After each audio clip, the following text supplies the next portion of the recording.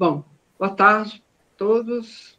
Eu queria agradecer muito o Léo por ter aceitado, né, o nosso convite. O Léo é um engenheiro civil diferente, porque ele já começou logo no doutorado fazendo epidemiologia, né, mestrado na área de meio ambiente, depois fez doutorado em epidemiologia, isso lá na década de 80, né?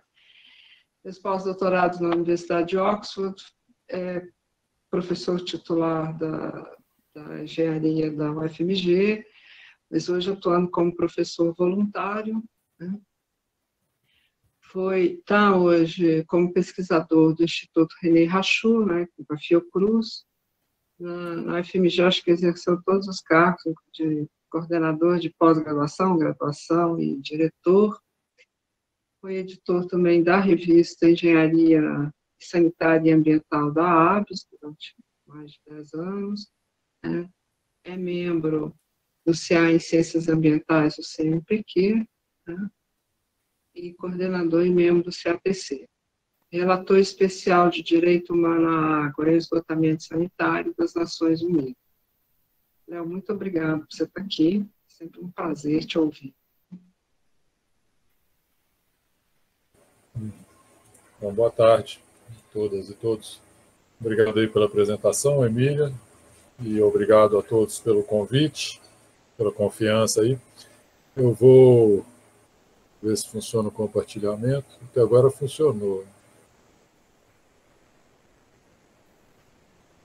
Conseguem ver? Sim. Sim. Ok.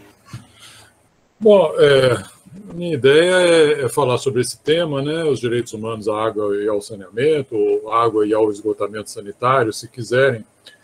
Esse é um tema com o qual eu tenho me envolvido e me envolvi mais fortemente a partir de 2014, né, quando fui nomeado para exercer essa função que a Emília mencionou, né, de relator especial para os direitos humanos à água e ao saneamento. A relatoria é uma função atribuída pelo Conselho de Direitos Humanos, né, para um especialista, para exercer um mandato de 3 anos, renovável por mais 3, né, e compõe um grupo chamado dos procedimentos especiais do Conselho de Direitos Humanos, no qual há uma série de relatores para vários temas. Alguns relatores trabalham com países, né, que são particularmente mais sensíveis para o tema dos direitos humanos. E existe um grupo de relatores que trabalha mais com os direitos econômicos, sociais e culturais, né, como é essa função. Além do relator para o direito à educação, à saúde, à moradia, etc. Né. Eu fui o segundo relator, a primeira relatora foi a portuguesa Catarina de Albuquerque. Meu mandato terminou em outubro do ano passado, e em seguida tomou posse o terceiro relator, que é um espanhol, Pedro Arojo, que né, já começa a exercer seu mandato. Então, a minha ideia é trazer esses conceitos, né, dos direitos humanos. É uma certa novidade no Brasil, não é uma novidade completa em nível mundial, como eu vou mostrar, mas as coisas no Brasil acontecem meio lentamente quando se trata de novos marcos, né? A apropriação costuma ser um pouco vagarosa, né? Então, nesse sentido, eu chamaria até de uma novidade para a área de saneamento. Bem, está passando. Bem, esses direitos, eles se assentam em bases legais internacionais. A gente pode rastrear a primeira definição que se articula com esses direitos na própria Declaração Universal dos Direitos Humanos, de 1948, então uma declaração que foi fundante dessa geração de direitos humanos, né? Ela é aprovada pela Liga das Nações logo após o término da Segunda Guerra Mundial, então ela é muito influenciada pela guerra e né, pela necessidade de evitar com que as atrocidades da Segunda Guerra tivessem espaço, né, para ocorrerem novamente. Então, por conta disso, a declaração é muito centrada nos direitos políticos e civis, mas no seu artigo 25, inciso 1º, ela fala em todo ser humano tem direito a um padrão de vida capaz de assegurar a si e a sua família, saúde e bem-estar, e exemplifica um pouco o que seria esse padrão de vida adequado, né? Então, toda essa geração dos direitos econômicos, sociais e culturais meio que são filhos, né, desse artigo 25º da Declaração Universal. Após a aprovação da Declaração Universal, é bom dizer que a Declaração Universal ela não tem um caráter vinculante aos países, né, mas ela tem uma natureza mais política, de influenciar politicamente os países a seguirem, né, seus preceitos, mas foram aprovados pactos, que esse sim tem caráter vinculante. Em 1965 é aprovado o Pacto Internacional sobre os Direitos Políticos e Civis, e em 66 sobre os Direitos Econômicos, Sociais e Culturais. Esse pacto, a rigor, entra em vigência em 76, depois de um certo número de países terem ratificado o pacto, né? Então, esse pacto abre todo um momento, um contexto, né, para o detalhamento desses direitos econômicos, sociais e culturais, né? Então, o artigo 11º, ele é bastante semelhante ao anterior, né? Fala, o anterior da declaração, fala no direito de todas as pessoas a um nível de vida suficiente, alguns traduzem por adequado, né, para si e para suas famílias, incluindo alimentação, vestuário e habitação suficientes, né? Bem, então também a interpretação atual é de que o direito à água, o direito ao saneamento derivam desse artigo, né? Há os mais conservadores que falam, não está escrito nesse pacto direito à água, então não pode se falar, mas isso hoje já não tem muito espaço, há um consenso sobre a pertinência, né, do direito à água. A partir dos anos 2000, algumas convenções começam a mencionar pela primeira vez o direito à água, né? Então, a Convenção Internacional sobre os Direitos da Criança faz isso, a Convenção sobre a Eliminação da Discriminação contra as Mulheres, né, que é muito importante, muito utilizada, também menciona o direito das mulheres ao acesso à água, e também a Convenção sobre os Direitos das Pessoas com Deficiência. Isso, então, é no início dos anos 2000. Em 2002, o Comitê para os Direitos Econômicos, Sociais e Culturais publica um comentário geral. O comentário geral são documentos que os comitês publicam no sentido de dar interpretações, né, aos vários direitos, né? Eles não têm caráter vinculante também, né, mas eles têm uma força conceitual importante, né? Então, esse comentário geral 15 fala do direito à água, não fala do direito ao esgoto, ao saneamento, fala do direito à água. E em 2010, essa é uma data, então, julho de 2010, uma data muito marcante, a Assembleia Geral das Nações Unidas aprova uma resolução aceitando, né, assumindo os direitos humanos à água e ao saneamento. Então, aqui, diferentemente do comentário 15, o direito ao saneamento, eu estou usando saneamento, esgotamento sanitário, meio que como sinônimo, né? A terminologia internacional vai trabalhar mais com essa expressão saneamento, sanitation, em inglês, né? E no mesmo ano, o Conselho de Direitos Humanos aprova também uma resolução mais detalhada e explicitando a questão. Então, pode-se dizer, né, que nós estamos no 11º aniversário, 11º aniversário dessas resoluções, né? Então, esses direitos, considerando que a resolução é que, de fato, explicita, né, a existência dos direitos, são direitos relativamente jovens, né, pensando nessa explicitação. Posteriormente, várias resoluções, quase que anualmente tem havido uma resolução, ou da Assembleia Geral ou do Conselho dos Direitos Humanos, que vai interpretando, trazendo novas dimensões, novas faces. Então, algumas dessas resoluções, por exemplo, passam a falar mais fortemente das questões de gênero, outras passam a falar de higiene menstrual, algumas vão falar das relações das mudanças climáticas com os direitos, outras vão falar da cooperação internacional. Então, cada resolução dessa enfatiza, né, determinados aspectos dos direitos, né, e muito inspiradas as resoluções em relatórios que o relator especial publica. O relator especial faz 2 relatórios temáticos anuais, apresenta um para a Assembleia Geral e um para o Conselho de Direitos Humanos, e esses temas muitas vezes inspiram essas resoluções. Bom, em termos muito genéricos, né, o que significariam esses direitos?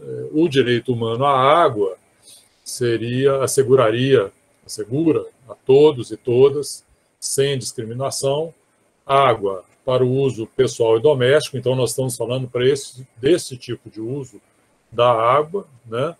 Hoje existe uma espécie de alargamento desse conceito do uso, né? Hoje inclui-se nesse uso o uso para agricultura de subsistência, de famílias campesinas que vivem em áreas rurais, né? Mas, obviamente, esse direito não inclui água para agronegócio, água industrial, etc., né? E sim água para uso das pessoas, né? Em quantidade suficiente, segura, aceitável, acessível fisicamente, acessível economicamente. Esses aqui são chamados de o conteúdo normativo do direito à água. Depois, o direito humano ao saneamento assegura a todos e todas, sem discriminação, soluções física e economicamente acessíveis em todas as esferas da vida, de forma segura, higiênica, social e culturalmente aceitável, promovendo privacidade e dignidade. Privacidade e dignidade são elementos mais específicos do direito ao saneamento, né?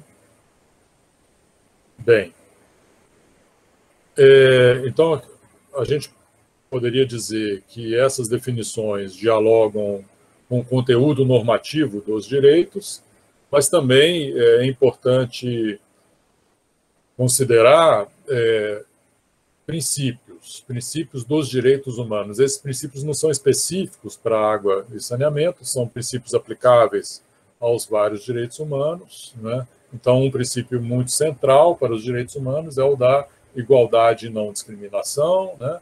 Isso vem do artigo 1º da Declaração Universal dos Direitos dos Homens: todas as pessoas são iguais perante a lei, né? E a proibição de tratamento diferenciado com bases arbitrárias, né? Com base, por exemplo, em cor da pele, em raça, em gênero, em etnia, etc., né?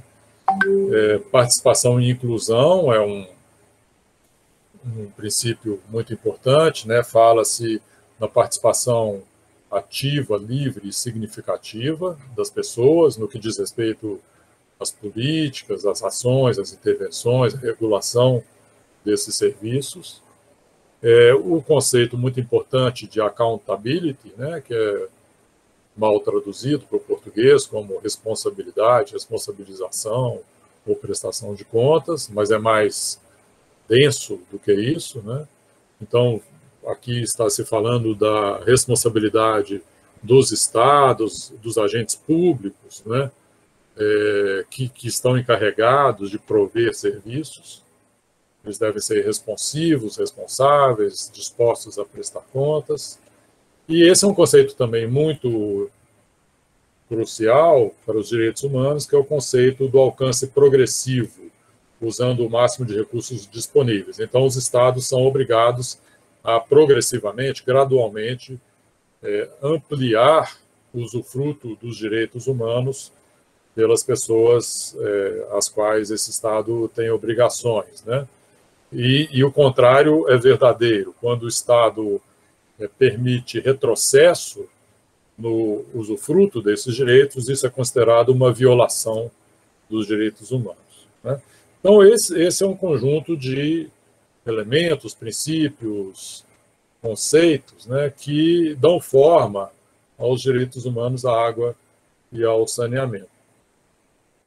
Bom, esses direitos podem ser vistos a partir de vários ângulos, e eu vou aqui exemplificar com os relatórios temáticos que eu desenvolvi no meu mandato. Eu desenvolvi 12, né, 2 por ano, em 6 anos, e eles se enquadraram, na verdade, esse marco aqui foi um pouco a posteriori, né, mas no decorrer do mandato, eu fui percebendo que os temas que eu escolhia para os relatórios se enquadravam em um dessas três dimensões, né?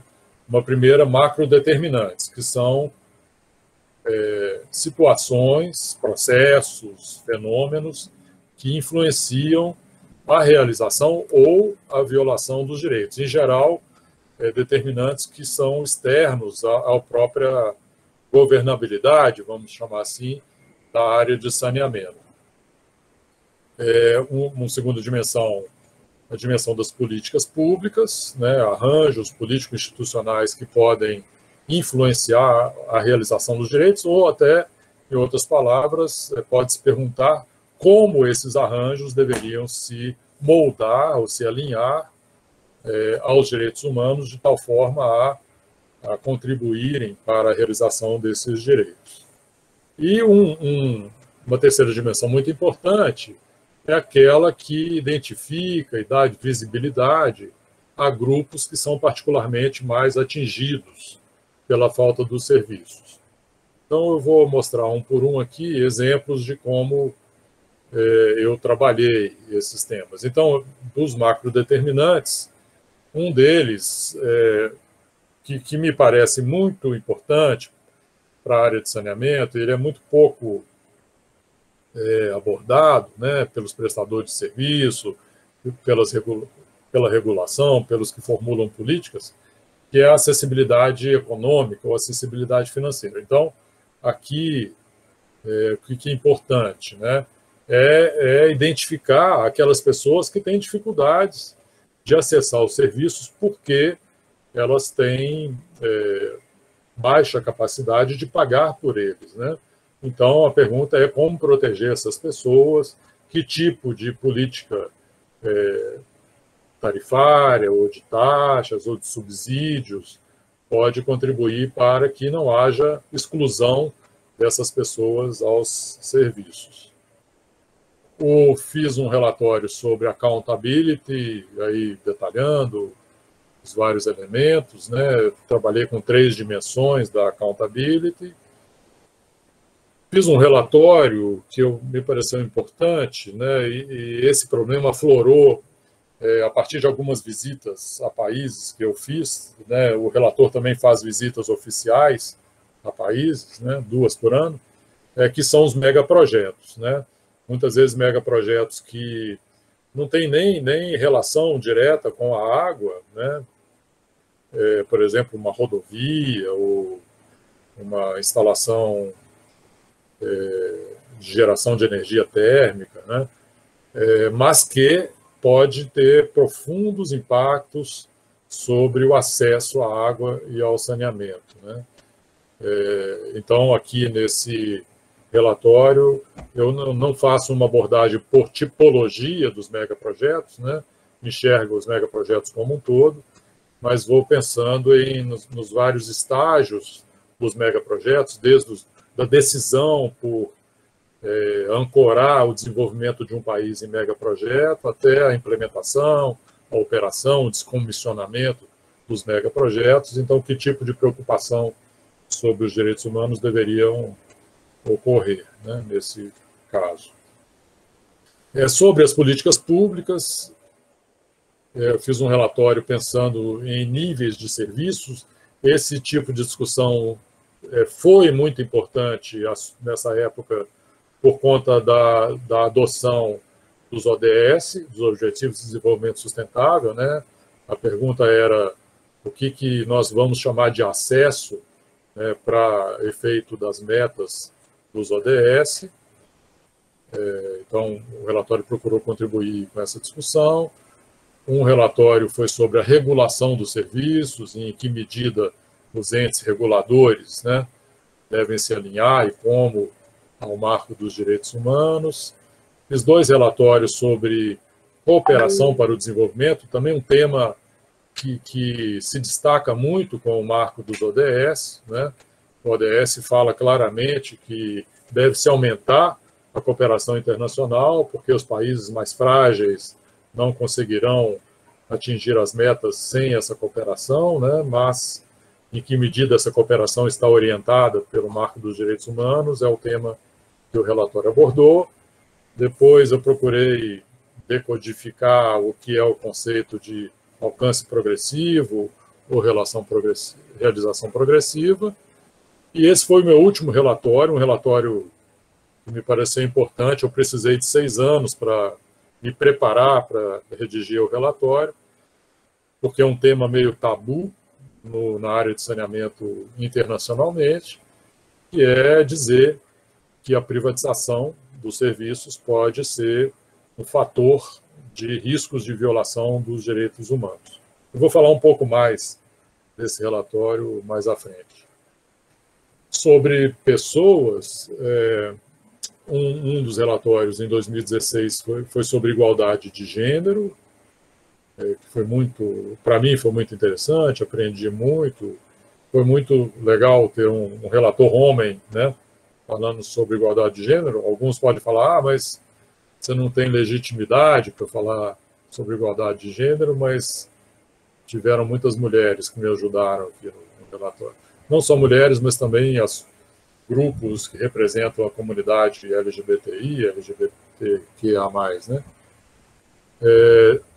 Um outro relatório foi sobre pessoas deslocadas de forma forçada, refugiados, migrantes, deslocados internamente, né, e o acesso à água nos vários espaços que essas pessoas ocupam, né, desde que saem dos seus países até a entrada nos outros países, nos campos de refugiados, né, um problema crescente. Cada ano a gente tem mais novidade, né, agora há uma tensão especial, por exemplo, com a situação do Afeganistão, né?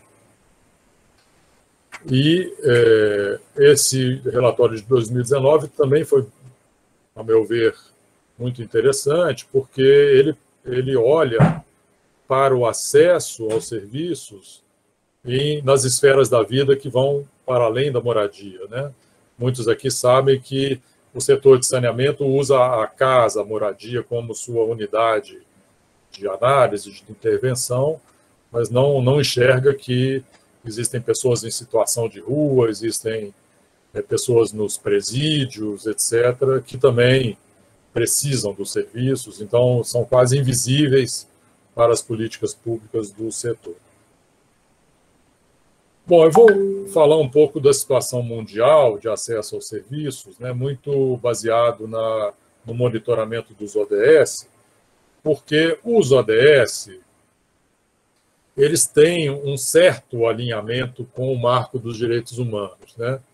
O texto que introduz os ODS, que é o Transformar Nosso Mundo, a Agenda 2030 para o Desenvolvimento Sustentável, fala que vislumbra um mundo no qual nós reafirmamos os nossos compromissos relativos ao direito humano à água potável e ao saneamento, e onde há uma melhor higiene, né?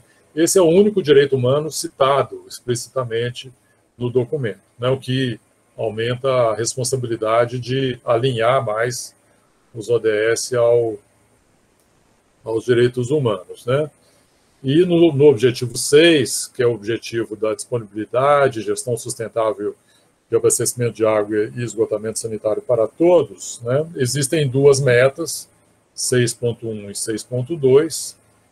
A 6.1 relacionada ao abastecimento de água, a 2 ao saneamento, ao esgotamento sanitário, que tem uma linguagem bastante próxima à linguagem dos direitos humanos. Fala, então, o 1 em acesso universal, acesso equitativo, água potável, água segura, financeiramente acessível para todos. E o 2, saneamento adequado, equitativo, higiene para todos, eliminação da defecação a céu aberto, especial atenção para as necessidades das mulheres, meninas e daqueles em situação vulnerável, né? Então, são fatores que se aproximam muito com aqueles elementos que eu mencionei anteriormente sobre direitos humanos, né? E é interessante pensar também que essas metas têm um caráter bastante transversal, né? Elas dialogam com muitos dos outros objetivos e outras metas, né? Então, colocar saneamento para as pessoas contribui para acabar com a pobreza, para acabar com a fome. Tem uma fortíssima relação com saúde, né? No objetivo 3, com educação, né? Inclusive, no próprio objetivo 4, existem metas de instalação de banheiros, né, nas escolas, gênero, né, não preciso nem falar muito quão importante é ter um acesso universal a banheiros, a água, para promover a igualdade de gênero, crescimento econômico, redução das desigualdades, né, pensar o acesso a partir do marco dos direitos humanos fatalmente leva a pensar em diminuir a desigualdade. E o objetivo 11, que é o objetivo mais urbano, né, de tornar as cidades, os assentamentos urbanos inclusivos, seguros e resilientes. Entre outros, né? Existem outros objetivos também que se relacionam com os 6, né? Bom, então, vou mostrar aqui, para ilustrar, né, alguns dados do monitoramento dos ODS. Saiu um relatório recente, há um mês atrás, aproximadamente, com dados de 2020. Então, um relatório que monitora ou identifica a situação dos ODS com 5 anos, né? Então, 1/3 dos 15 anos de duração, de alcance dos ODS. E uma das coisas que o relatório fala o tempo todo é que, para nós alcançarmos as metas, aquelas 2 metas, precisamos quadruplicar os nossos esforços. Então, um relatório que já aponta para uma frustração em termos de alcance das metas, não é? Então, esse gráfico aqui, ele vai mostrar que aqui a água, saneamento, higiene, aqui é o nível de acesso à água que o relatório considera, que é chamado de gestão, água gerida de forma adequada. Então, nós temos aqui 2015, 2020, 2030. Se nós seguirmos a tendência, nós ficaremos muito aquém do 100% esperado, teríamos que quadruplicar essa taxa de crescimento. A mesma coisa para esgotamento sanitário, né, 4 vezes mais, e a mesma coisa para a higiene. Precisaria quadruplicar os esforços. Esforços aí podemos entender de várias formas, na verdade, é quadruplicar a taxa de crescimento do acesso, né? Que pode significar também quadruplicar ou multiplicar investimentos, esforços institucionais, etc. Aqui também, para ilustrar desse último relatório, mostrando desigualdades, né? O meu interesse grande ao ler esses relatórios é identificar neles pistas das desigualdades no acesso em várias dimensões. Aqui, então, mostra o acesso a serviços geridos de forma segura de esgoto, de saneamento, né? País por país. Então, nós vamos enxergar aqui que as melhores situações, isso não é nenhuma surpresa, né? Está na América do Norte, na Europa, Oceania, né? Japão, e alguns clusters aqui, né? Espaços, na Ásia, na África, aqui o Chile, mas no mais nós temos situações bastante precárias, né? O mais precário aqui são os países coloridos em laranja escuro, né? Bastante concentrados na África, mas também, aqui uma surpresa grande, né? Colômbia e Venezuela. Colômbia é uma grande surpresa. E é isso. É engraçado que eu não estou enxergando essa Nenhum país com essa cor. Não sei se é um problema aqui das cores, né? Mas o Brasil, por exemplo, numa situação nada confortável, né? Bastante inferior, numa média mundial, né? Mas inferior a muitos outros países, inclusive países que têm um nível de desenvolvimento socioeconômico similar. Estou lendo certo isso, né? Tá.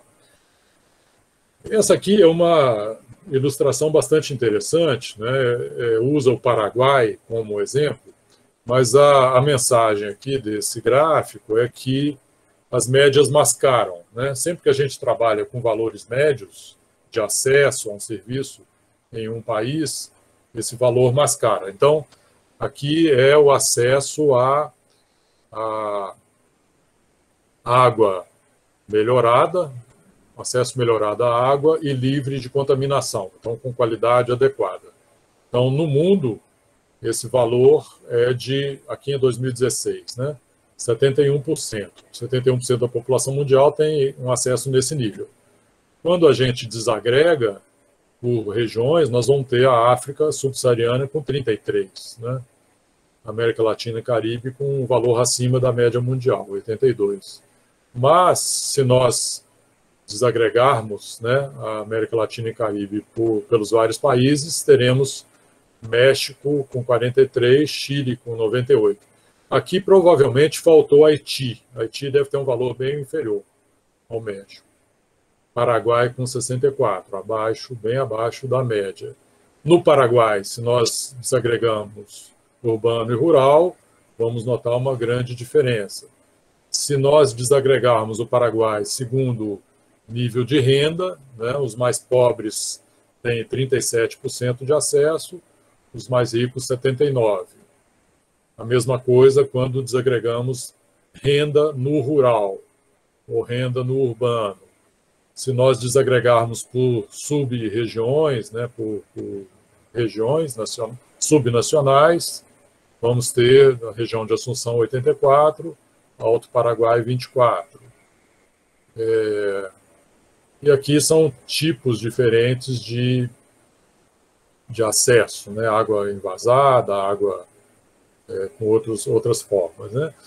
Mas a mensagem aqui é essa: se nós quisermos entender como que os direitos humanos estão sendo realizados em um país, desagreguemos os dados, né? Isso no Brasil é muito claro, né? Quando nós desagregamos os dados urbano-rural, por renda, por nível educacional, população indígena, não indígena, nós vamos claramente perceber esses gaps, essas brechas nos acessos, né? Isso aqui é do último relatório, não do que saiu semana passada, mas do anterior, mostrando país por país o gap entre o acesso urbano e o acesso rural para a água no nível básico, né? Então, vocês veem que é quase que uma constante, poucas exceções, né? As populações urbanas com acesso maior e, às vezes, muitas vezes maior do que a população rural. E aqui, por nível de renda, né? Quintis de renda ou de riqueza, aqui é o quintil mais alto, o quintil mais baixo. Vamos notar também grandes diferenciais em quase todos os países, né? Então, mostrando que existe um padrão de muita desigualdade que pode resvalar a uma discriminação, né, no acesso aos serviços, em várias dimensões. Esse aqui é do relatório atual, hoje que eu colei essa foto aqui, que é muito interessante, mostrando a situação de pessoas deslocadas de forma forçada, né, no Afeganistão. Então, aqui mostrando o mundo, isso aqui é serviços básicos de saneamento, né, de esgoto. O mundo, os países frágeis, muito menor do que os não frágeis, aqui os extremamente frágeis, pegando o Afeganistão bem menor do que a média mundial, e vai mostrando os diferenciais, urbano-rural, populações não deslocadas e deslocadas, né? Então de 50 vai para 38, 12 pontos percentuais de diferença, E mesmo entre os deslocados, né, se nós compararmos os que retornam, quem migrou e retornou, os deslocados internamente e os refugiados, também existem diferenças no acesso a esse serviço. Pela primeira vez aparece uma estatística sobre essas populações deslocadas de forma forçada, o que é muito bem-vindo. Aqui há um problema muito grande de dados, né? Os países, em geral, não têm bons dados para fazer essas análises. E aqui foi muito interessante, existe um box no último relatório, falando especificamente sobre o Brasil, qualidade da água no Brasil, que é monitorado pelo CISÁGUA, pelo Vigiágua, CISÁGUA, que é uma base do Ministério da Saúde, mostrando aqui desigualdades, né, na qualidade da água, o uso de água de fontes melhoradas, livres de contaminação, né?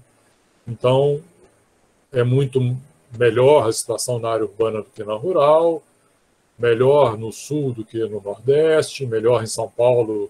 São Paulo tem a melhor situação, e nos outros estados pior, né? Pará aqui aparece uma pior situação. Aqui, dependendo de onde a amostra é coletada, se, né, no sistema de distribuição, dentro da casa ou em sistemas alternativos, né? Aqui a classificação usada no CISÁGUA, sistema de abastecimento de água, sistema alternativo coletivo, sistema alternativo isolado, individual, desculpa, e aqui nos vários locais, né? Casa, indústria, comércio, escolas, etc. Então, é muito interessante. O Brasil ganhou um destaque com elogios para o sistema de informações que nós temos, né? Mas não muitos elogios para o nível de desigualdade que nós temos. Esse aqui vem também do relatório anterior, é uma das primeiras análises que se faz sobre desigualdade de gênero no acesso à água, em Serra Leoa, porque as informações lá permitem essa análise. E aqui esse gráfico mostra, gráfico de pizza, sei lá, cookie, não sei como é que chama isso, que quem é responsável por coletar água, né? Então, 60% dos responsáveis são mulheres, 13 meninas, 15 homens, 8 meninos, né? Aqui por membro, pessoas que não são membros da casa. E aqui quanto tempo leva para coletar água? Em 72% dos casos até 30 minutos, em 14 de 31 a 60, 11 mais de 1 hora, né? Então, associando esses dois gráficos, pensando na mulher ou na menina, que leva mais de 1 hora coletando água, né? Dá para supor, né? Fazer uma inferência sobre como que essas mulheres são excluídas, né? da produção monetária de riqueza, como as meninas são excluídas da escola ou do ensino, etc, etc. Essa aqui é uma análise que a Fiocruz fez por encomenda da OPAS. A OPAS nos pediu para fazer uma análise do cumprimento dos ODS na América Latina e Caribe, e nos ocorreu fazer uma avaliação das várias camadas de vulnerabilidade e como que elas se refletem nas desigualdades de acesso ao esgoto. Isso aqui é sobre esgoto. A chamada interseccionalidade, né? Então, aqui nós comparamos o acesso ao esgoto de 2 grupos populacionais. O primeiro, pessoas que vivem na área urbana, brancos, e que vivem em domicílios chefiados por pessoa com um nível superior. E o outro grupo, rural, negra, chefiados por pessoa com primário incompleto, né? Então, em El Salvador, por exemplo, a diferença do acesso ao esgoto de um grupo para o outro é de 92 pontos percentuais, né? No Brasil, de 76. Então, é escandalosa essa diferença quando nós vamos somando as camadas de vulnerabilidade nas populações, né? Então, esse é um tipo de análise necessário, né? Pensar que aquelas dimensões das desigualdades não ocorrem isoladamente, elas ocorrem invariavelmente de forma combinada, e isso exacerba, né, a injustiça, a discriminação, a desigualdade. Eu não sei como é que está meu tempo, eu vou tentar caminhar mais para o final. Esse aqui é um gráfico muito interessante também, que saiu no relatório anterior, comparando o que aconteceu com o acesso à água, né, entre 2000 e 2017. E divide os países nesses 4 quadrantes, né? Esse quadrante aqui fala em 35 países que, nesses 17 anos, a cobertura aumentou e a igualdade aumentou, ou seja, diminuiu-se o gap entre ricos e pobres, né? Aqui é entre ricos e pobres, mais ricos e mais pobres, né? Mas olhem aqui nesse quadrante, em 5 países, em 17 anos, a cobertura diminuiu e a igualdade também diminuiu, né? Aqui a cobertura aumentou, mas a desigualdade também aumentou, em 39 países, né? Então, nesses países, houve políticas para aumentar o acesso, mas esse aumento de acesso se deu nos mais ricos, nos urbanos, né? Nos não indígenas, etc. Então, a mensagem aqui desse gráfico, e aqui ainda tem 8 países em que houve um decréscimo de cobertura, mas um acréscimo na igualdade. Então, a mensagem aqui é que tem diferentes formas de se fazer uma política de saneamento, né, de mais longo prazo. Uma é que exclui, que coloca serviços exatamente nos que tem mais chance de ter, e a outra que é mais inclusiva e que, ao mesmo tempo que aumenta a cobertura, aumenta também a igualdade, diminui a desigualdade. Bom, esse relatório que eu comentei, é um relatório... Mais 7. Que 7, meu? Presta atenção. Você está falando a mesma coisa semana passada, eu falando ontem. Foi ontem. Ontem foi Viviane, 6. você está com o seu microfone aberto. Câmbio. Não é nada não, né? Bom, é para dizer também que esses relatórios estão disponíveis no site do Alto Comissariado de Direitos Humanos, e o ONDAS, que é o Observatório Nacional para os Direitos à Água e ao Saneamento, traduziu os 12 relatórios, eles estão disponíveis também no site do ONDAS. Eu posso depois informar o link para vocês. Então, esse relatório, eu estou hoje trabalhando quase que exclusivamente com esse tema, né? Nós estamos vivendo um momento no Brasil de intensificação da privatização dos serviços, impulsionada pela Lei 14.026 do ano passado, né? Tem ocorrido os casos de privatização em vários estados. Vocês aí em São Paulo devem estar assistindo os movimentos para privatizar a Sabesp, né? Agora tendo como maestro o Rodrigo Maia, né, o novo secretário, mas está ocorrendo, já houve leilão vendendo serviços de água e esgotos no Rio de Janeiro, em Alagoas, Rio Grande do Sul caminha aceleradamente para isso, em vários outros estados, né? O relatório ele parte de um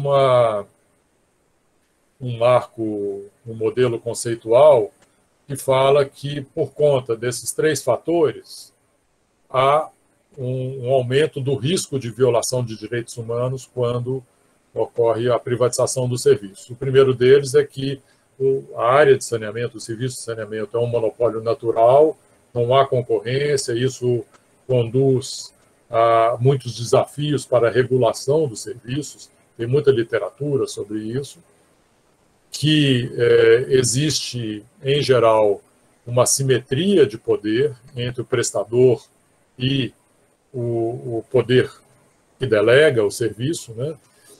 Para vocês terem uma ideia, no Brasil, existem 4 grandes prestadores de serviço, né, que respondem por mais de 70% da prestação de serviços privados de saneamento. Esses 4 grandes estão cada vez mais desnacionalizados, né? Estão com ações em bolsas internacionais, tem como acionistas majoritários fundos de pensão, né? Então, uma completa globalização do capital dessas empresas, né? Esses acionistas não têm interesse em fazer saneamento, eles têm interesse em fazer lucro, né? E muitas vezes são muito poderosos e no diálogo com o poder concedente exercem esse poder, e também no próprio diálogo com os reguladores, né?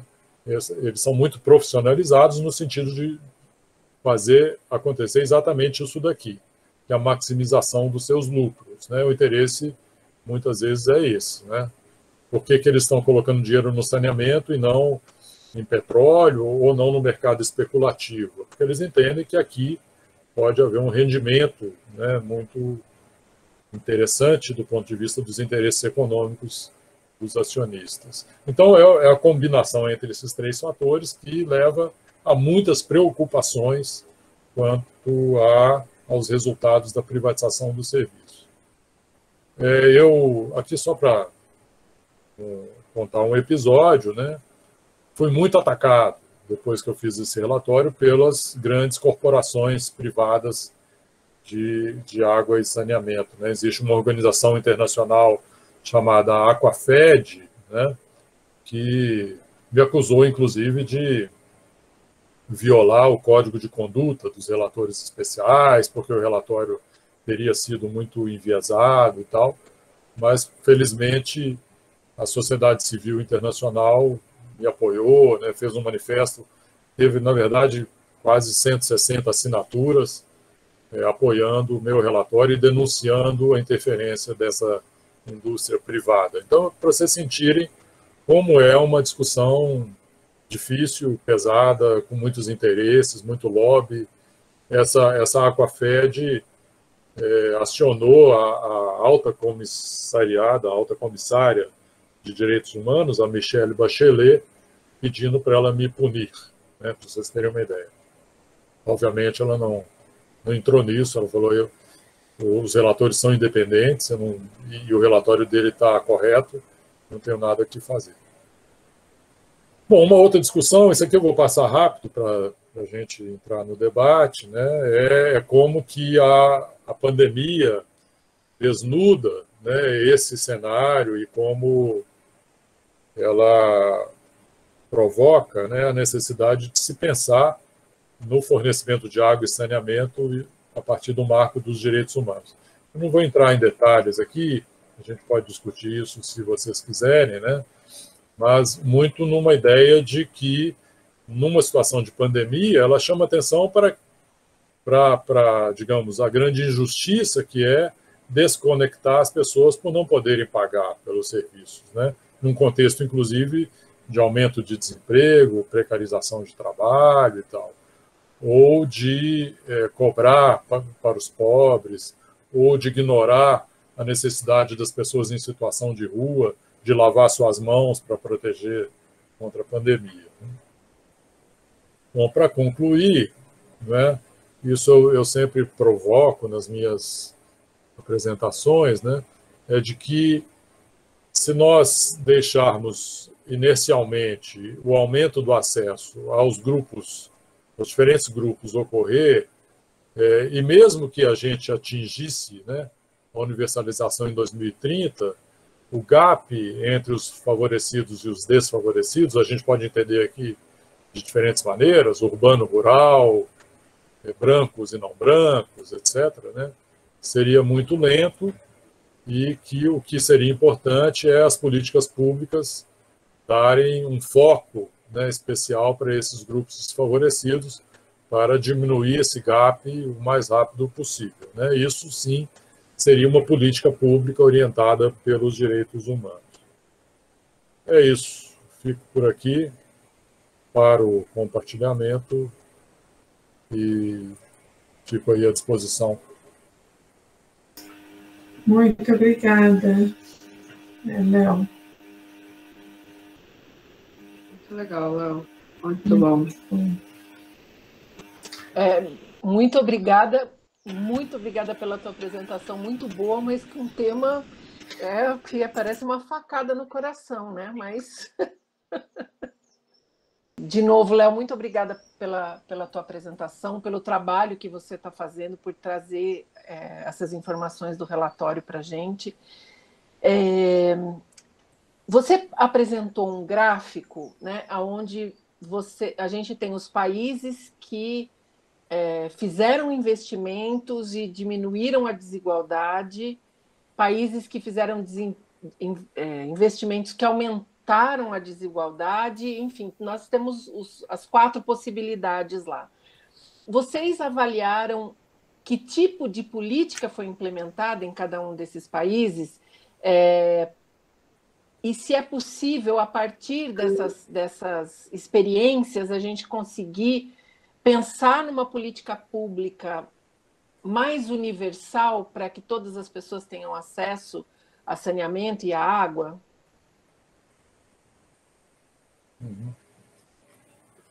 Vocês querem fazer em bloco? As 3? Eu acho que pode. O que você preferir. Normalmente a gente faz um bate-papo. Tá. Então tá, Simone. Bom, na verdade, eu não participei, né, da confecção desse gráfico. Quem faz esse monitoramento é a OMS e Unicef, né, o chamado Programa de Monitoramento Conjunto. Então, ele é um gráfico provocativo, né, ele nos faz pensar, né, por que não parece um absurdo, né, em 17 anos aumentar a cobertura. Então, um país, por exemplo, sai de 70% para 90%, né, mas o gap entre ricos e pobres também aumenta, né? Quer dizer, a única explicação é que foi uma política que se concentrou em áreas urbanas, esqueceu as populações rurais, esqueceu não, né? Propositadamente não investiu na periferia das grandes cidades, nos assentamentos informais, etc., etc., né? Então, aí tem uma discussão, a Simone falou em políticas universalistas, né? Tem uma discussão entre universalizar e focalizar. Essa é uma discussão antiga, né?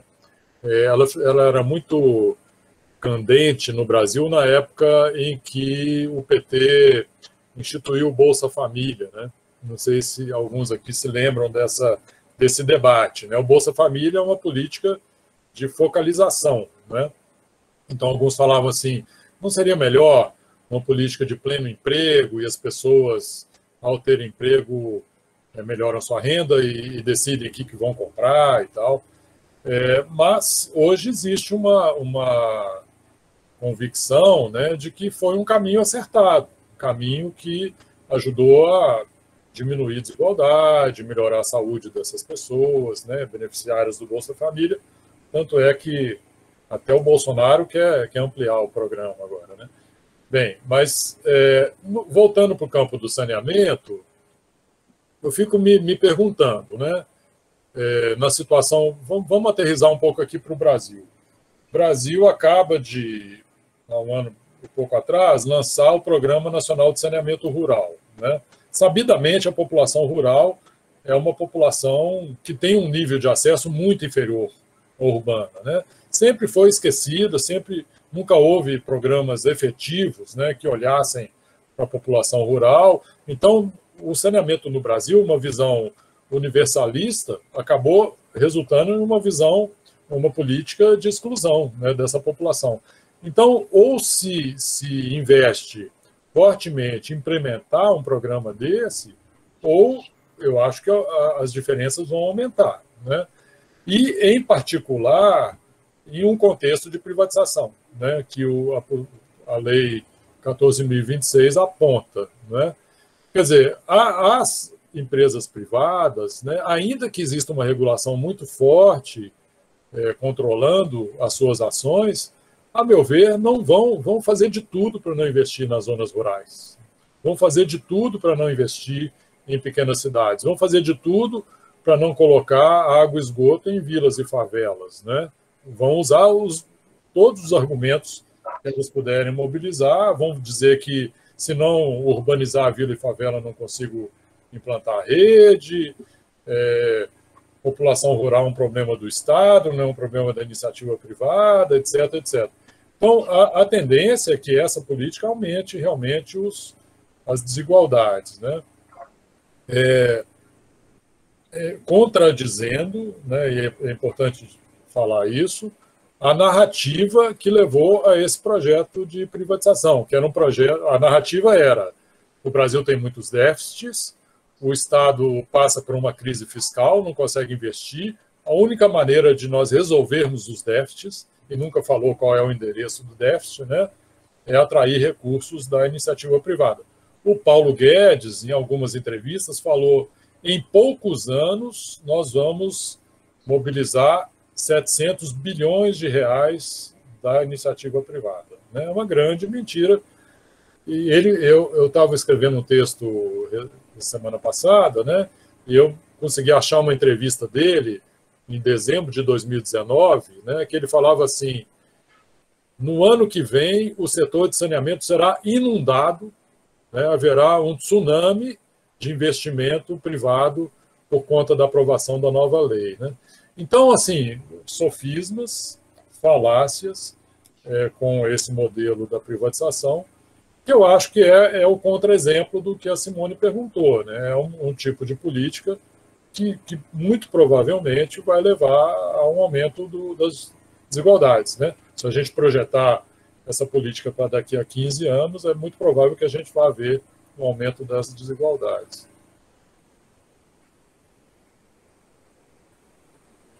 Obrigada, Léo. Muito obrigada. Então, tem uma pergunta do José Renato, de Castro César: como podemos usar os esgotos sanitários como adubo?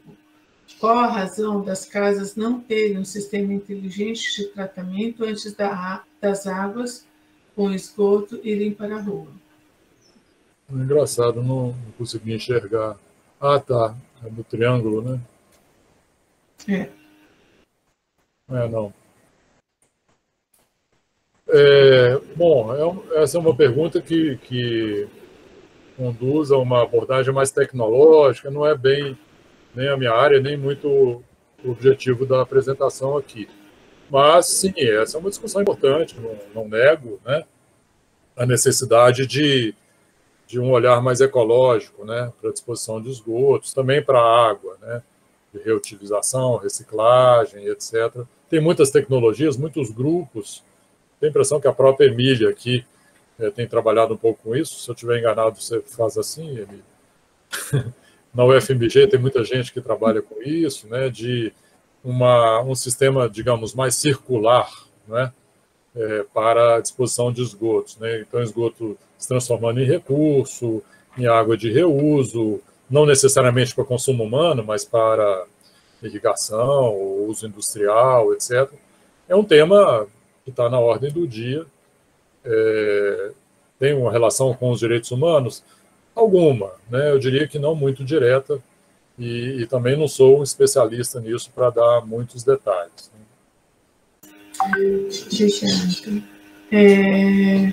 Pergunta do Caio Emanuel Rosen: existem alternativas para contornar a privatização das empresas prestadoras de serviços tão essenciais como o saneamento básico? Sim, claro, a alternativa são serviços públicos, né, adequados, eficientes, transparentes, com controle social, né, orientado pelos direitos humanos.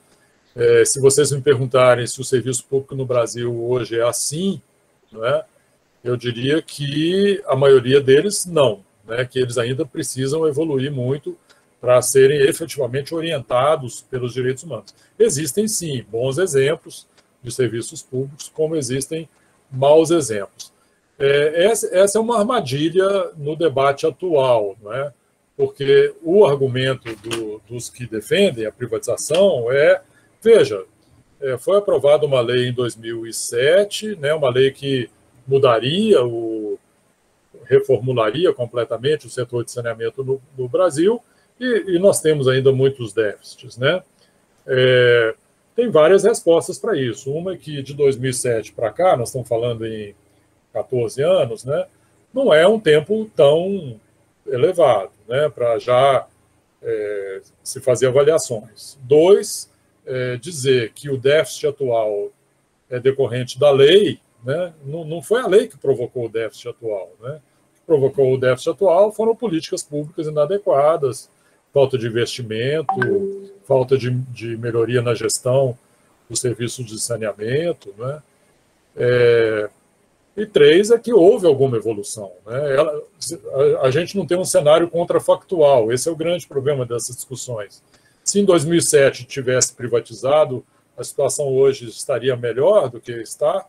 Não há como fazer essa comparação, né? É impossível traçar esse cenário contrafactual. Mas, então, a armadilha tem sido essa, né? Quando eu, por exemplo, tenho participado de muitos debates criticando o modelo da privatização, né? Aí os defensores da privatização vão falar, tá, você está dizendo que não quer privatizar, mas você quer o quê? Manter os serviços públicos que muitas vezes são ineficientes. E eu não defendo algumas companhias estaduais, por exemplo, né? A Companhia do Rio não é um bom exemplo de uma companhia estadual de boa qualidade, né? Nada no Rio é bom exemplo, né? Bom, não vou falar. Não é, a SEDAI definitivamente não é uma companhia que seja o melhor exemplo. Mas nós temos que investir nisso, né, e pensar que se o serviço público ainda não está bom, com a privatização a situação pode ficar ainda pior, né? Tem havido um movimento internacional no sentido de remunicipalizar serviços que foram privatizados no passado, né? Um movimento muito forte, muitas cidades têm rompido os contratos de concessão com a iniciativa privada ou não renovado, né? Paris fez isso, Berlim fez isso, Buenos Aires fez, La Paz fez, Singapura, Jacarta, né, fez, alguns países, algumas cidades em Moçambique fizeram, Atlanta, nos Estados Unidos. Então, tem havido, ao contrário do movimento que o Brasil faz, né, é um movimento em direção contrária. A China tem recorrido mais à iniciativa privada, né, mas com forte controle do Estado, né. Tudo que acontece na China é muito controlado, né, não é um país liberal, né, neoliberal. Então, a tendência predominante no mundo hoje é falar, epa, vamos mudar esse ciclo da privatização excessiva que ocorreu muito fortemente nos anos 90. Né? Já são tempos de se pensar em outros modelos de gestão. Eu vou aproveitar, só para continuar no mesmo assunto, fazer uma pergunta minha. O senhor tem exemplos aqui no Brasil de exemplos que podem ser utilizados como modelos? Olha, é sempre ruim citar casos, né?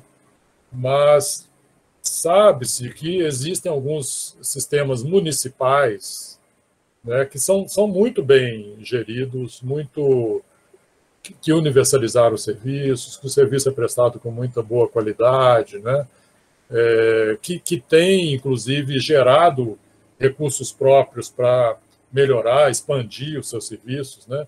Uma cidade, eu sou um pouco suspeito para falar, porque fica no meu estado, né, mas que é frequentemente mencionada, é Uberlândia. O serviço de Uberlândia é muito, muito interessante. Né? Mas, é claro, é uma cidade que tem uma escala. Uberlândia talvez tenha uma população que se aproxime de Campinas. Né? Nem tanto, mas é uma cidade de 700 mil habitantes. Né? Campinas tem o quê? 1 milhão e... 200, Então, já é uma cidade de um porte quase grande. Né? A minha cidade também. Sua cidade também?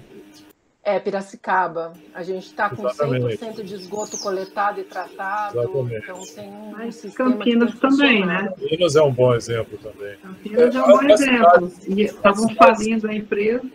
Como é que é? Eu fali a empresa em 2000 e aí desfalimos a empresa. A Sanasa ia ser falida e vendida em 2000. Em geral, as cidades de médio porte de São Paulo, né, que não aderiram à Sabesp, têm desempenho interessante, né?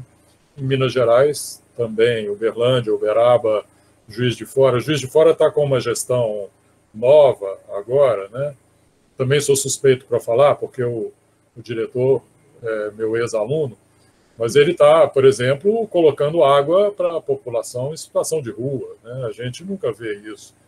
Está tentando colocar água nos assentamentos informais. Tem havido um movimento muito interessante de implantar tarifa social por algumas companhias estaduais e, às vezes, até por pressão dos reguladores, né, para proteger as populações com menor capacidade de pagamento. Então, tem bons exemplos, sim, né? Muito obrigada. E tem uma pergunta que se segue, eu vou pular uma aqui, mas que eu acho que pode ter a ver com isso, que é os comitês de bacia hidrográficas têm algum papel nesse quesito? Eu acho que existe mais um divórcio do que uma integração, sabe? A integração seria mais desejável do que ocorre atualmente. Uma ação que muitos comitês fizeram e têm feito ainda é de apoiar os municípios para a execução dos planos municipais de saneamento, né? Muitos municípios receberam recursos dos comitês para apoiar o plano, que me parece uma estratégia muito interessante dos comitês, né? Eu quero ajudar o município a se planejar, a melhorar a sua situação de saneamento, e isso vai repercutir em melhora da qualidade da água, né, na bacia, em uma racionalidade maior no uso da água, na repartição do uso da água. Mas o que eu tenho visto é que tem se limitado muito a isso, né? Às vezes, as companhias de saneamento fazem parte dos comitês, né, da tomada de decisão, etc. Mas esse é um caminho, não sei se o melhor, que o Brasil adotou no passado, né, que é criar duas políticas, né, a política de saneamento e a política de recursos hídricos, e com baixa capacidade de diálogo, de intersetorialidade entre elas, né? Eu noto isso. Agora, a ANA virou uma agência híbrida, né? Ela incorporou o saneamento, principalmente na regulação do saneamento. Nós precisaremos esperar alguns anos, aí, talvez década, para ver se isso vai trazer efeitos positivos e uma maior integração entre as duas áreas. Muito obrigada. Tem uma pergunta aqui da Paloma Renovato. Boa tarde, professor. Foi dito na palestra que, ao mudar o ponto de coleta na estação ou na residência, há diferenças na qualidade da água. Quais são as circunstâncias que propiciam essa diferença? Isso veio lá do CISÁGUA, né, que mostra 3 pontos, mas principalmente a maior diferença é entre você coletar uma amostra de água antes da água entrar na residência ou dentro da residência. E aí, certamente, o vilão aí é o reservatório domiciliar, né? Imagino eu. O Brasil também adotou, no passado, desde os portugueses, esse modelo de que toda casa precisa ter um reservatório domiciliar, em épocas em que havia muita intermitência, muita falta d'água. Não vivemos, em muitos lugares no Brasil, mais essa época, né? Nós sabemos que na Europa não se usa o reservatório domiciliar. Muitas vezes, quando eu preciso explicar esse modelo para uma audiência que não é brasileira, eu tenho uma enorme dificuldade de explicar como é e por que é assim, né? E a gente sabe disso, o reservatório é um grande ponto de contaminação, é muito difícil que ele seja mantido adequadamente, né? Então, acho que essa é a explicação mais importante para essas diferenças, suponho, né? Muito obrigada. A outra pergunta é da Viviane Moura. Como proteger as águas brasileiras se a colonização é presente aqui? Desculpa, eu não entendi o resto. Como proteger se... a colonização é presente aqui. Viviane, você gostaria de abrir o microfone para explicar melhor?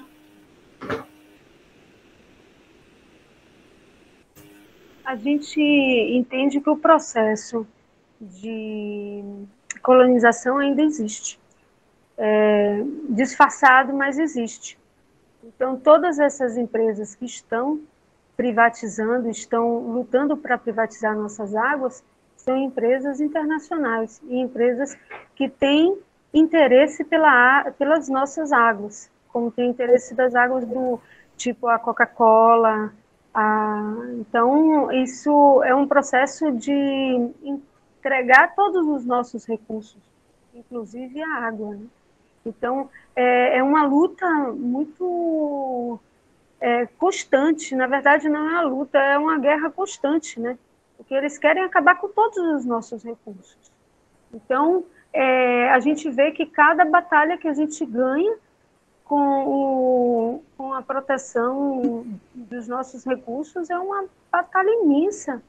Então, eu vejo que a água, o petróleo já foi entregue e a água também não caminha para a mesma finalidade, né? Mesmo fim. Não é nem finalidade, é mesmo fim. Isso é muito complicado a gente lutar com essas grandes corporações, esse entreguismo de todas as partes, né?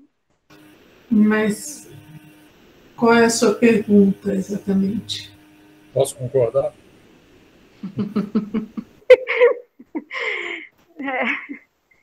Na verdade, é a dificuldade que tem. Na verdade, a minha pergunta é a dificuldade que tem da gente vencer tudo isso, né? Essa privatização das nossas águas, né? Porque são as empresas que estão na frente das privatizações, as grandes empresas nacionais e internacionais. Nacionais não, mas internacionais, a maioria, né? Eu acho que, Viviane, concordando bastante com você, mas eu acho que é importante a gente separar um pouco. Na verdade, não tem havido uma privatização da água em seu estado natural, né, nos rios, nos aquíferos, né? O que tem havido é uma privatização da água, do serviço, né, de abastecimento de água e de esgotamento sanitário. Mas você tem toda a razão em dizer como tem havido. Primeiro, tem havido uma crescente participação de grupos internacionais nas atividades econômicas e industriais brasileiras, né? Essa é uma tendência muito forte. E as empresas que se gabam, né, de ter uma excelente performance social, ambiental, agora tem selos, né, para falar do desempenho social, cultural, ambiental. Muitas vezes elas fazem isso nas suas matrizes e não fazem aqui e nos países onde elas atuam, né? E essas empresas têm levado a crescentes pressões, né, nos recursos hídricos. Então, basta falar no desmatamento na Amazônia, na mineração, no agronegócio que usa intensivamente agrotóxico, né? E talvez os dois maiores símbolos desse processo tenham sido os dois desastres ambientais, de novo, aqui em Minas Gerais. Minas Gerais não tem só coisa boa, não, né? O de Mariana, o que aconteceu em Mariana, o que aconteceu em Brumadinho, né? São empresas internacionalizadas, né? Vale com BHP, no caso de Mariana, e Vale no caso de Brumadinho. Vale não é uma empresa nacional mais, né? Então, é um absoluto descaso, né? Barragens absolutamente inseguras, barragens de montante, que é uma técnica primitiva, né? Inadmissível, com populações enormes a jusante da barragem, né?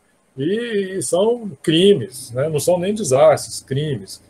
Então, mostra realmente o tipo de cuidado, né? O descuidado, falta de cuidado que as empresas têm com as populações, com os recursos naturais, com a água.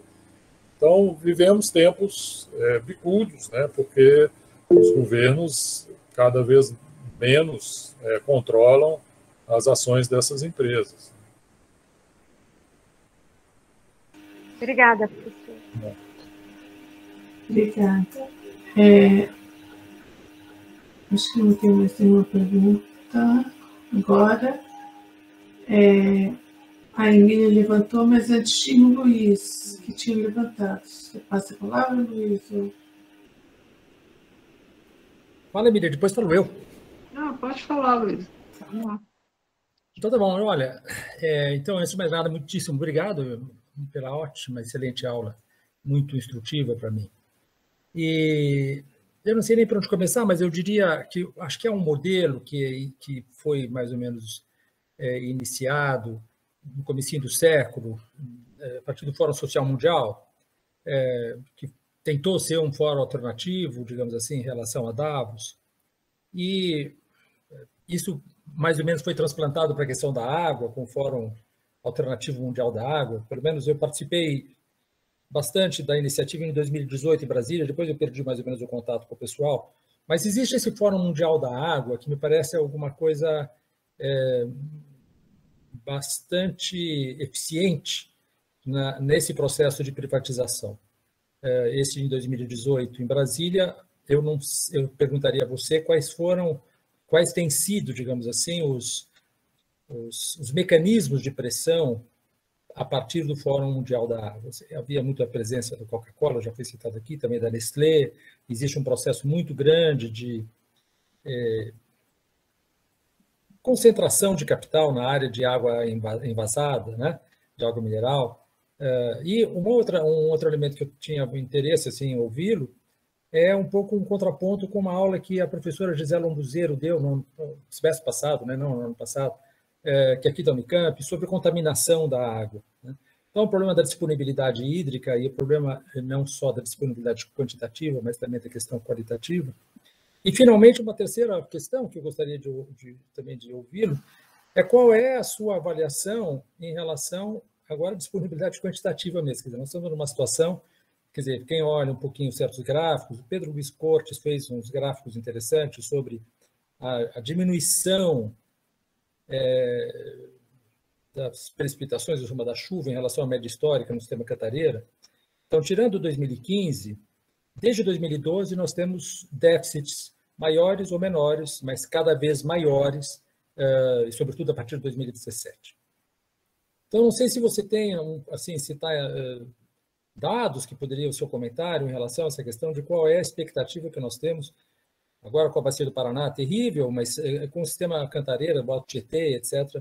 A questão do abastecimento de toda essa grande conurbação que pega São Paulo, Campinas, Sorocaba, o Vale do Paraíba, etc., e que está, inclusive, pegando também a água chá de Minas Gerais. Mais de 50% do sistema Cantareira está em território mineiro, tá certo? Se houver uma guerra entre São Paulo e Minas Gerais, a gente está frito aqui em São Paulo, mais da metade está em Minas Gerais.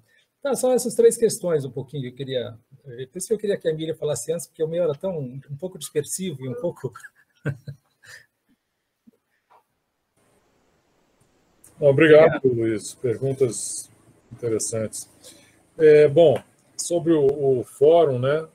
O próximo fórum seria esse ano, no Senegal. Adiaram para o ano que vem.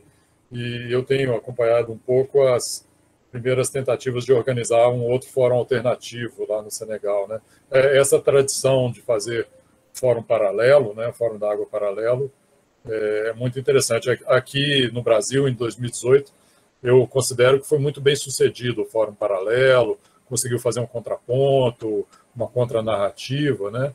E é interessante que do Fórum Paralelo nasceu o ONDAS, que eu mencionei, o Observatório Nacional Brasileiro. Eu tenho participado bastante lá. Foi muito interessante. Ele remobilizou vários militantes, né, da área do saneamento e que agora tem um papel muito importante a cumprir com esses movimentos de privatização, né? Eu penso que... Porque quem dirige, quem organiza o fórum é o Conselho Mundial da Água, né? O Conselho Mundial da Água era presidido coincidentemente ou não, pelo Benedito Braga. Em 2018, o Benedito Braga, que foi o presidente do Conselho, naquela ocasião, ele era presidente da Sabesp ou secretário de saneamento? Acho que presidente... Secretário. Secretário de Saneamento. Até foi interessante que eu estava como relator, eu me aproximei, eu tentei ter uma conversa com ele, acabamos tendo uma conversa virtual, falando, olha, o Braga, temos que colocar mais direitos humanos aí nesse fórum, não sei o quê. Não, claro, nós temos completa abertura, esse fórum não é um fórum para privatizar, é um fórum para ouvir todo mundo e tal. Mas, na verdade, é isso, o conselho é um conselho altamente influenciado pelas grandes multinacionais, né, da água. E o fórum, na minha visão, ele cumpre uma função, não é uma coisa tão linear, né, e descarada, é muito mais sutil, né? O fórum, na minha visão, ele tem, primeiro, uma função de procurar se constituir no grande espaço de discussão sobre a água no mundo, né? Não sei se todo mundo sabe, no fórum tem um encontro interministerial, então os ministros dos vários países sobre água vão ao fórum, eles sempre fazem uma declaração final interministerial, né, sob os auspícios do Conselho Mundial da Água. Então, em primeiro lugar, tem essa coisa de legitimar o Conselho Mundial da Água, trazendo autoridades nacionais. Segundo, legitimar trazendo as agências internacionais, né? Então, tem muitas sessões em que está lá a OMS, a Unicef, o Banco Mundial, etc. Então, cria-se quase que um ambiente indiferenciado, né, entre as empresas e seus interesses e as agências, os órgãos públicos, a sociedade civil. Porque tem uma sociedade civil mais crítica, que vai para o Fama, mas tem uma sociedade civil mais, não sei como caracterizo, né, que se considera mais neutra, que não entra em discussões muito políticas, né, muitas vezes com um viés mais ambientalista, né, entidades ambientalistas que estão lá no fórum, tentando aprender legitimamente nas várias sessões. Então, o fórum é enorme, né, é um fórum, eu não me lembro quantos participantes teve, mas é algo da ordem de 5.000 pessoas, se eu não estou enganado, né? Pode ser que eu esteja equivocado aqui, mas não muito diferente disso. Então, acho que é essa a estratégia do Conselho Mundial da Água. E essas empresas não estão só no Conselho Mundial da Água. Eles estão também, por exemplo, na IWA. A IWA é a International Water Association, né, que tem uma cara, uma associação. Sara, por favor. Tem uma cara de uma associação técnica, mas também as empresas estão ali, infiltradas, né? No Brasil, eles estão na ABS, né? Associação Brasileira de Engenharia Sanitária. Então, é uma estratégia de vários mecanismos, né? Parece que a Sara continua com o microfone aberto. Eu mutei, desculpa. Isso, perfeito. Tá.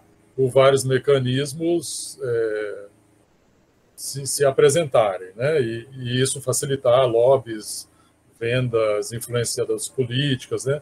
Eu não tenho nenhuma dúvida, Luiz, de que a Lei 14.026 foi gestada pela iniciativa privada no Brasil, né?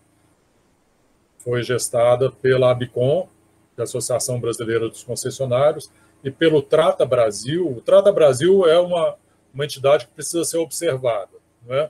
Porque ela aparece como uma entidade, uma ONG, uma entidade técnica, uma entidade que faz estudos, mas é o braço da ABCOM, da Associação Brasileira de Concessionários de Serviços Públicos. O Trata Brasil ganhou um espaço na mídia impressionante, né? O Jornal Nacional, vira e mexe, está citando o dado do Trata Brasil, que não produz nenhum dado, né? Ela simplesmente reprocessa os dados do SNIS, do Sistema Nacional de Informações e Saneamento, cria rankings, cria distribuições e vai colocando o seu discurso na mídia. Enfim, eu acho que é um pouco isso, né? Então, isso nos convoca aí a fortalecer esses fóruns alternativos para colocar contra-narrativas. Você fez uma pergunta sobre contaminação, não ficou muito claro para mim, parece que alguém fez uma palestra sobre isso. A professora Gisela Umbuzeiro, mas era só de passagem, só uma questão que você tinha falado sobre tratamento no reservatório, etc. Mas o que eu gostaria mais de ouvi-lo mesmo é essa questão da sua perspectiva em relação à questão da escassez hídrica. Não? Tá. Então, eu não tenho muito a falar sobre o Cantareira, particularmente, o Alto Tietê, mas quando ocorreu a crise, eu não gosto de chamar de crise hídrica, né? Eu gosto de brincar que São Pedro não tem culpa de nada, né? A culpa é dos homens, a crise é da gestão da água. Quando houve a crise no Cantareira, em 2014, 2015, eu estava na relatoria, a imprensa me procurou muito, eu tive que fazer alguns pronunciamentos, e meu ponto era esse, que, olha, ninguém pode ignorar que nós vivemos épocas de mudança climática, né? Dizer, e nem de ser pego de surpresa. Esse ano teve uma estiagem excepcional e isso gerou uma escassez, né, no fornecimento de água para as populações. Quer dizer, é necessário que as empresas que fornecem água tenham seus planejamentos e insiram no planejamento a variável das enormes oscilações climáticas que o mundo está vivendo, né? Não considerar isso é um absurdo. Na época, no ano anterior à crise, que houve em 2014 e 2015, a Sabesp fez uma enorme transferência de dividendos para os acionistas. Não investiu. E no ano seguinte investiu inteligentemente, né, criando... acho que essa é uma questão importante, que a gente precisa discutir muito, né? Tem muitos autores que estão chamando atenção para isso, da necessidade de termos sistemas inteligentes, adaptativos, né, que aprendam, né? Quer dizer, acabar com aquela rigidez positivista, o sistema de água é esse, tem um manancial só, com sua zona de abastecimento, etc, etc. Quer dizer, o que a Sabesp fez nos anos seguintes? Dar flexibilidade. Você hoje, eu não conheço em profundidade, mas é o que eu aprendi, né? Você pode transferir água de um sistema que esteja tendo excesso para um outro que esteja tendo déficit e vice-versa, né? Porque as mudanças climáticas não ocorrem, muitas vezes elas ocorrem de forma muito localizada, né? Então você pode ter esse tipo de flexibilidade. Então é isso, é investir em dar mais inteligência, mais adaptabilidade aos sistemas, né? Que vai ser o antídoto contra as estiagens periódicas que vão se agravar, não tem dúvida, né, de que nós vamos sofrer cada vez mais com vales, né, picos e vales, né, no clima, no vale, na água, na temperatura, tudo que diz respeito às mudanças climáticas, né. Eu acho que essa é a mensagem principal que a gente tem que trabalhar, na minha opinião, como preparar, né, os nossos sistemas de abastecimento de água para situações futuras de dificuldade de obtenção de água. E não tenhamos dúvida, né, quando há escassez de água, quem sofre são os pobres, né? Os ricos, nós vimos isso em São Paulo. Os condomínios furavam novos poços, compravam caminhões com água super limpa e as mulheres pobres carregando água, né? Isso aparecia nos jornais, na televisão, todos os dias. Não sei se eu respondi, Luiz, mas... Totalmente, obrigado. Obrigado, Léo. Mostra isso. Obrigada, Léo. Emília? Tiana, tem 2 alunos, deixa os alunos fazerem antes, com a mão levantada. Para mim só está aparecendo o Zé Renato. A Viviana pediu antes de mim. Mas já baixou aqui, eu sei. Bom, então, Viviane. Flor, eu coloquei no chat, tá? É um convite da Fibra, que a gente está fazendo um trabalho junto com o Observatório da Natureza do Levante das Mulheres, fora Bolsonaro, e aí essa Fibra é um movimento de Paris, Espanha, todos os Amsterdã, e estamos na Itália, inclusive, para denunciar toda a bacia de São Francisco, todas a exploração, todas as formas de exploração. Será nesse domingo, de mês em mês, cada região do Rio São Francisco será contemplada. agora vai ser do médio, tá? E pessoas da comunidade, especialistas, vão falar nessa live. Obrigada. Viviana, aonde? No YouTube. No YouTube de quem? Põe o link do YouTube que você não pôs. Né? Eu vou pôr para vocês, ok? Aí às 15 horas, no dia 19. Eu vou pôr agora. Obrigada, gente. Obrigada. José Renato? Professor Heller, o senhor falou, ABCOM, associação, o senhor poderia... É ABCOM?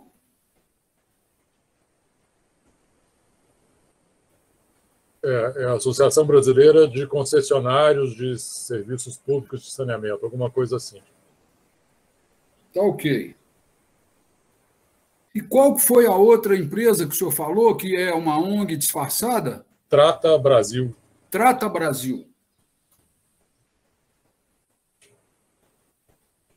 Obrigado. Nada.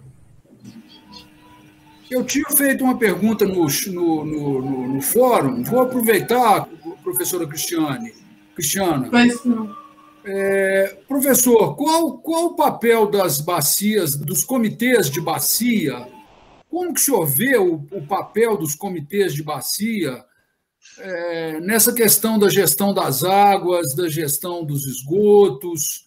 Isso me parece que é um pouco dominado pela Federação das Indústrias, tem uma questão um pouco melindrosa em tudo isso, não é verdade? Eu creio que sim. A Cristiane fez uma pergunta semelhante, né? Não, eu li a pergunta dele, eu li a pergunta do José Renato. Foi você mesmo. Acho que sim, eu até falei um pouco aí do financiamento dos planos, né? Enfim, é aquela coisa do divórcio entre as duas políticas, né? De recursos hídricos e de saneamento. O fato de que, muitas vezes, a água para abastecimento público corresponder a uma parcela baixa, né, das águas utilizadas na bacia, talvez seja um pouco a explicação sobre isso, né, de que existem usuários, né, do ponto de vista quantitativo mais importantes, e às vezes os comitês se debruçam um pouco sobre isso, né?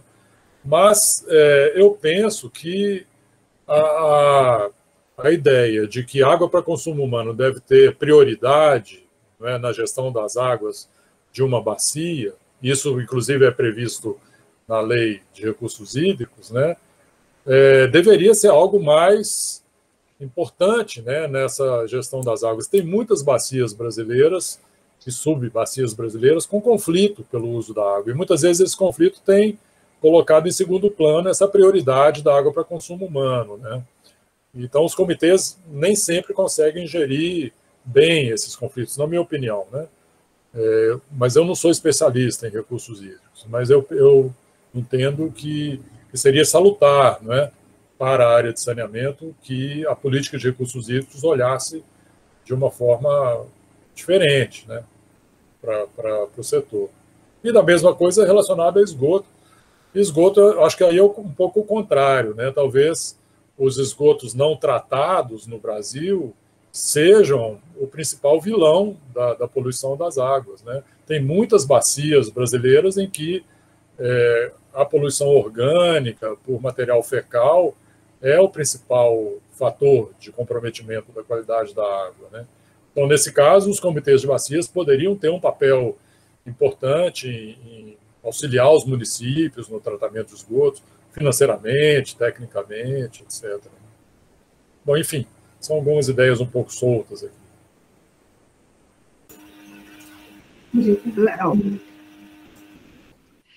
Léo, olha, eu queria conversar um pouco sobre esse ano que não acaba, mas que não existe, é 2020, né? E também, assim, queria muito conversar sobre o Brasil, mas eu acho que a gente está nesse limbo aqui, né? Não vai para lugar nenhum. Acho que realmente o máximo que a gente pode fazer é resistir e berrar. Não tem muito o que fazer. Cada dia tem uma nuvem de fumaça diferente para você correr atrás, e aí você olha para trás, tem um monte de outras coisas sérias que está acontecendo. Mas em relação ao mundo, acho que você talvez ainda tenha como fazer essa avaliação. A pandemia nos passou em primeiro momento que as pessoas de fato iam parar, fazer uma reflexão e que o neoliberalismo iria recrudescer, ou pelo menos não ser tão faroeste como ele estava vindo, né? Acho que em 2000 é como se soltar a rédea e a boiada já vem há muito tempo, né? O que o ministro fala de boiada é uma metáfora que já vinha acontecendo mundialmente, né? Há muito tempo.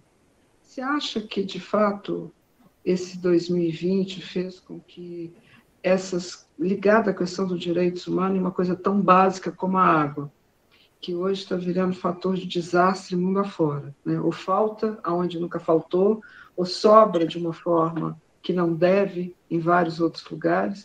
Quer dizer, aquelas enchentes que a gente tira de letra todo ano no Brasil, os europeus não sabiam o que fazer, né? Então, você acha que a pandemia está voltando tudo ao que era antes, de uma forma mais acelerada em relação aos direitos, ou, de fato, as pessoas estão pensando que é importante a gente levar a questão dos direitos humanos como uma coisa que tem que ser considerada um fator que faça a diferença para que a gente consiga continuar existindo como espécie dominante no planeta? Toda a questão está voltada para isso, né? Que a Terra mesmo não está em crise, quem está em crise é a espécie humana. Obrigado pela pergunta, Emília. Me permite fazer algumas especulações, porque é sempre muito desafiante, né? Pensar futuro a partir de um presente que ainda não está dado, né? Está em movimento, está em mutação. Mas quando você fez a pergunta, me fez lembrar de um artigo que saiu bem no início da pandemia, talvez tenha sido em março, abril do ano passado, do Zizek. Zizek não sei se vocês conhecem, um marxista duro da Eslovênia. Um intelectual, né, muito respeitado, e ele escreve falando assim: o capitalismo não sobrevive a essa pandemia, né? Tudo vai mudar, vai ruir, a pandemia vai fazer ruir todas as bases, toda a fundação, né, sobre a qual se assenta o capitalismo, né? Nós teremos um mundo totalmente diferente, as relações humanas vão se alterar e tal, né? Evidentemente que ele errou, né? Feio, e foi super, eu não diria irresponsável, né? Mas leviano, talvez, ao afirmar isso, né? Estava no início de um processo que a gente não sabia como ia se desenvolver, né? Aí depois começam a aparecer outros autores falando: olha, pode acontecer o contrário, exatamente o contrário do que o Zizek está falando, porque o capital ele tem uma capacidade de adaptação enorme, né? E aí começam a aparecer alguns outros autores, o Boaventura Santos é um que tem se debruçado, né, sobre as consequências da pandemia, o mundo pós-pandemia, né? Ele escreveu um livro sobre isso. Enfim, eu acho que nós estamos falando ainda muito de futurologia, né, de especulações, né, sobre o que pode acontecer.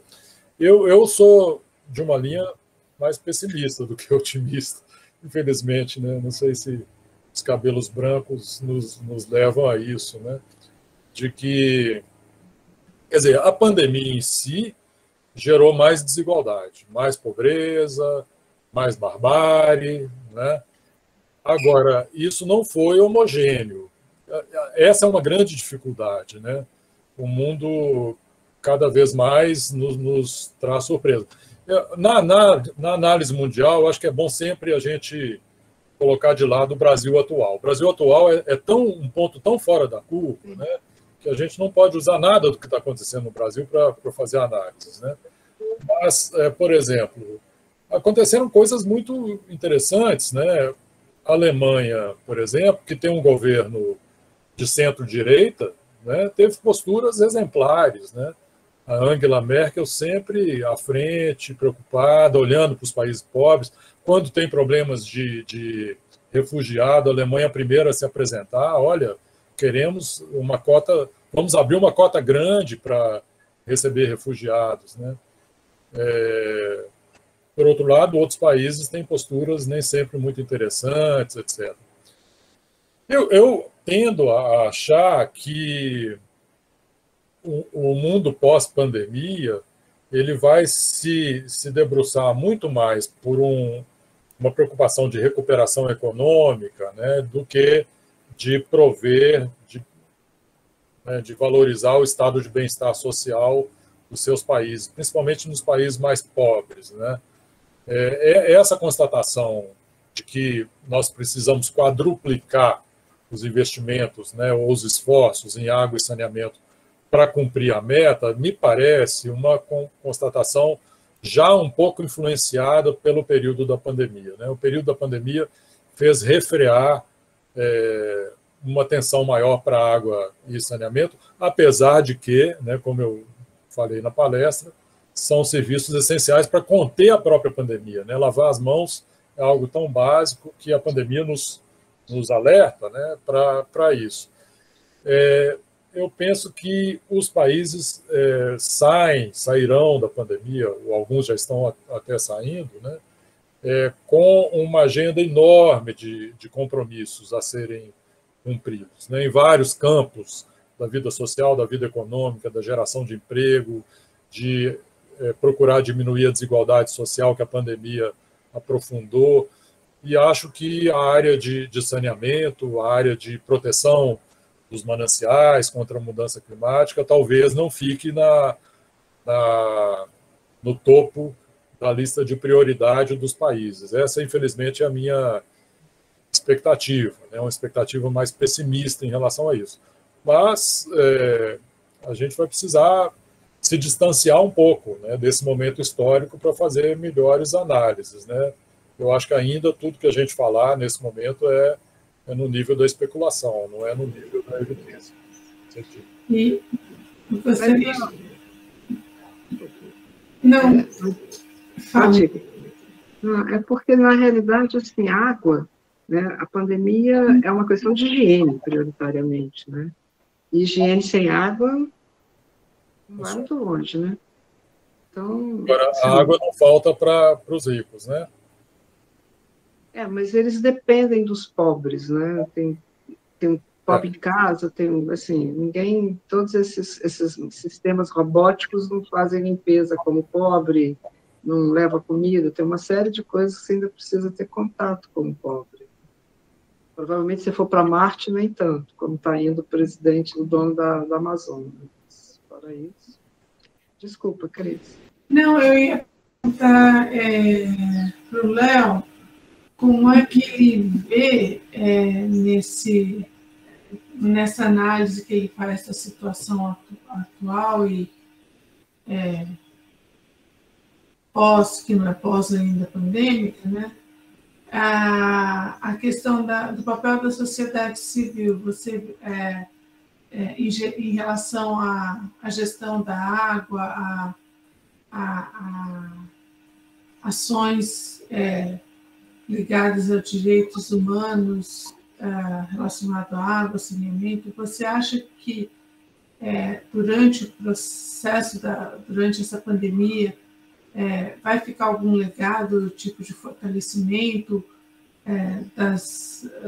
do terceiro setor, nas negociações, nas ações? Como você vê isso? Então, quando a pandemia começou, né,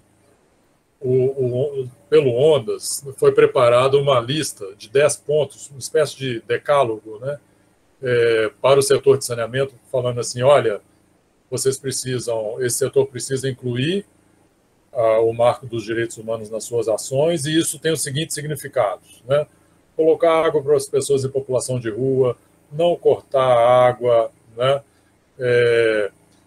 Se as pessoas já estavam cortadas, reconectar as pessoas, colocar água nos presídios, etc., etc., né? E isso teve algum efeito. Não teve um efeito universal, né, mas teve algum. Então, eu acho que esse é um exemplo interessante. E olhando também para a minha experiência na relatoria, nos debates no Conselho de Direitos Humanos, no debate na Assembleia Geral, como que a sociedade civil tem um papel de empurrar a agenda, né?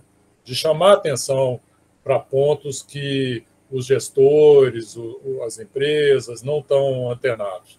Então, o tema dos direitos humanos, na minha opinião, se a sociedade civil não puxar, e eu acho que tem puxado em vários aspectos, né, as autoridades públicas ficam na sua zona de conforto, não querem fazer mudanças, não querem pensar de forma diferente, é mais cômodo, né? Não olhar fora da caixa, ficar lá naquela zona de conforto, fazendo mais do mesmo. Então, eu penso, Cristiane, que vai ser papel da sociedade civil trazer uma agenda mais progressista, né? E usando argumentos sólidos, e esses argumentos sólidos não faltam, né? Tem todo um marco aí com implicações legais, né? Que podem ser mobilizados e estão sendo mobilizados, né? Eu penso que é isso. Eu acho que o Brasil vai precisar muito da sociedade civil organizada para apontar caminhos, né? Depois que a gente ficar livre do Bolsonaro, né, no ano que vem, eu estou falando aqui de forma não apenas otimista, mas objetiva, vamos ficar livre desse Bolsonaro, nós vamos precisar reconstruir esse país, né? O que esse governo de 4 anos fez, nós estamos com um pouco mais de 2 anos e meio, né? Tiveram coisas que vão levar décadas para recuperar. Não é mudar governo que no dia seguinte está tudo anulado, né? Tem coisas que estão acontecendo nesse país que, inclusive, algumas não são reversíveis facilmente. Outras têm um poder inercial, né, de continuar acontecendo, tipo desmatamento no Amazonas. Para interromper desmatamento no Amazonas não é um projeto de lei, não é uma lei, não é uma mudança da direção do IBAMA ou do ministro de Meio Ambiente que vai ser suficiente, ou as próprias queimadas, né? Tem todo um processo, uma dinâmica econômica, social, territorial aí que não se reverte facilmente. Então, nós vamos entrar num processo de reconstrução, né, em várias áreas desse país.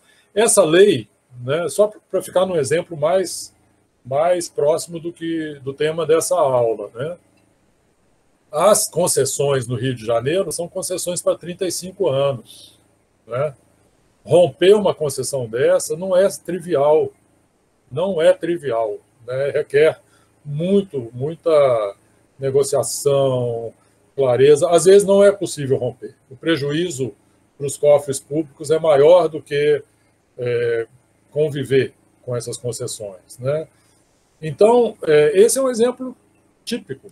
Né? Concessões de 30 anos para iniciativa privada que não serão rompidas com facilidade, que vão requerer da sociedade brasileira uma política de minimização de danos, né?